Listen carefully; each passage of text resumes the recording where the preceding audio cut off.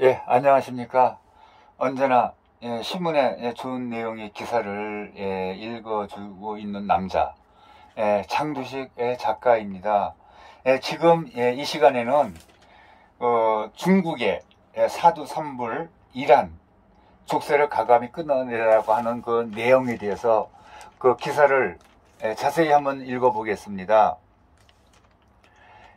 지난달, 그러니까는 8월달이 되겠네요. 낸시 펠로시 미국 하원 의장의 대만 방문에 반발해 중국이 벌인 대만 봉쇄훈련은 무력 시위를 넘어 힘에 의한 현상 변경도 불사하겠다는 협박과 다름없었다. 대만 상공 너머로 미사일을 날려보내고 미일 군함을 모의 공격하는 등 훈련 수위도 레드라인을 훌쩍 넘어섰다. 여기서 레드라인은 금지선이 되겠습니다.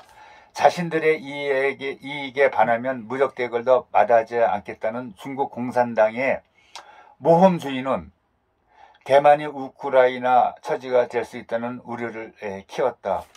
중국 지도부는 다분히 충격 효과를 노렸을 것이다.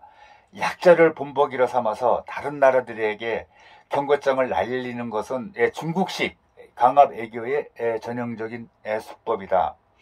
필리핀이 1992년 클라크 미 공군기지와 수비크만 미 해군기지를 폐쇄하자 2년 뒤 스프레틀리 군도에서 필리핀이 통제하던 암초들을 점령한 게 대표적인 사례다. 국제법과 협정, 원칙을 깡그리 무시한 채 동중국해와 남중국해를 독점하려고 대규모 군사훈련 등 실력 행사를 멈추지 않는 것도 같은 맥락이다. 영내 패권 장악을 위한 중국의 완력 애교에서 한국도 예외가 아니다. 문재인 정부에서 밝혔던 사드 추가 배치 중단 등 사드 3불의 사드 운영을 제한하는 이란까지 포함시켜 대한 압박 수위를 높이는 지금 형국이다. 중국의 사드 공세를 집요하게 펼치는 저희는 불보듯 뻔하다. 사드가 한중 갈등의 주범이라는 플레임을 씌워서 한미 동맹을 이간시키고 한국 정부를 길들이려고 하는 속셈이 깔려 있다. 힘을 앞세운 중화굴기의 최대 걸림돌인 미국 주도의 영내 안보 협력을 원천적으로 봉쇄하려는 의도도 한이 보입니다. 중국의 사드 노림수는 효과를 톡톡히 발휘하고 있다. 국내 진보 진영 학자와 전문가 반대 단체들은 사드를 한중 갈등과 한반도 긴장 고조의 주범으로 낙인 찍고 사드 배치가 애교 안보적 실기라고 공공연히 주장한다. 사드가 중국의 직접적 위협이 된다는 중국의 주장을 두둔하는 목소리까지 나오는 판국이다. 도대체 나는 그 두둔하는 그 사람들이 어느 나라 사람인지 참 의심스럽습니다. 그렇게 두둔하는 사람들은 전부 중국이나 아니면 북한으로 보냈으면 하는 제 생각이에요. 그리고 한국에 배치된 사드는 대중 위협과 무관하다는 것이 팩트다. 중국 내 주요 기지에서 미국을 향한 대륙간 탄도미사일을 성주 기지의 사드로 요격할 수도 없고 ICBM의 비행 경로도 한반도를 한참 벗어난다. ICBM은 대륙간 탄도미사일을 말하는 것이죠.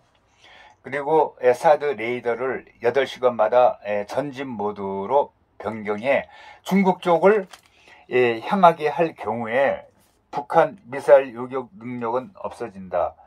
그래서 전 주한 미군 사령관은 중국의 첨단 센서들이 사드 레이더가 어떤 모드로 작동되는지 구별할 수 있다고도 했다. 반면 중국은 한반도를 사정권에 둔 탄도미사일을 북중 국경에 배치 중이고 사드보다 뛰어난 러시아제 지대공 미사일도 갖고 있다.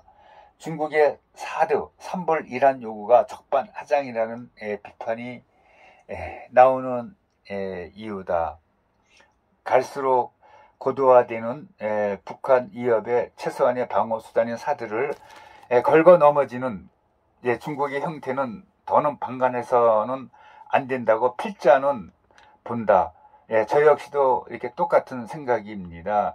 이런 것을 강력하게 얘기를 해서 앞으로 이런 걸 가지고서 중국 쪽에서 문제가 되지 않도록 못을 박아야 된다고 생각을 하고 있지만, 그 전에 그 문재인 정부가 한 행동은 너무나 어그처니가 없고 무책임한 행동이라고 생각을 하고 있습니다. 아마 이런 생각은 뭐 저뿐만 아니고 그 식견이 있는 사람이면 다 이런 생각을 가질 걸로 생각하고 있습니다. 그래서 사드 선불 이란의 공식 폐기를 선언하는 것도 우리가 검토를 해야 한다.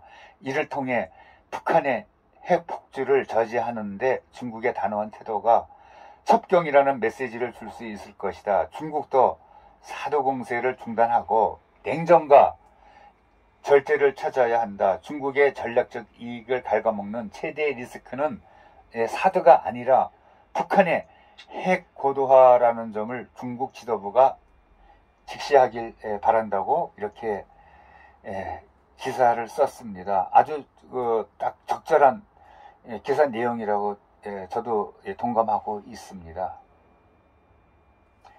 여기까지 하겠습니다. 감사합니다.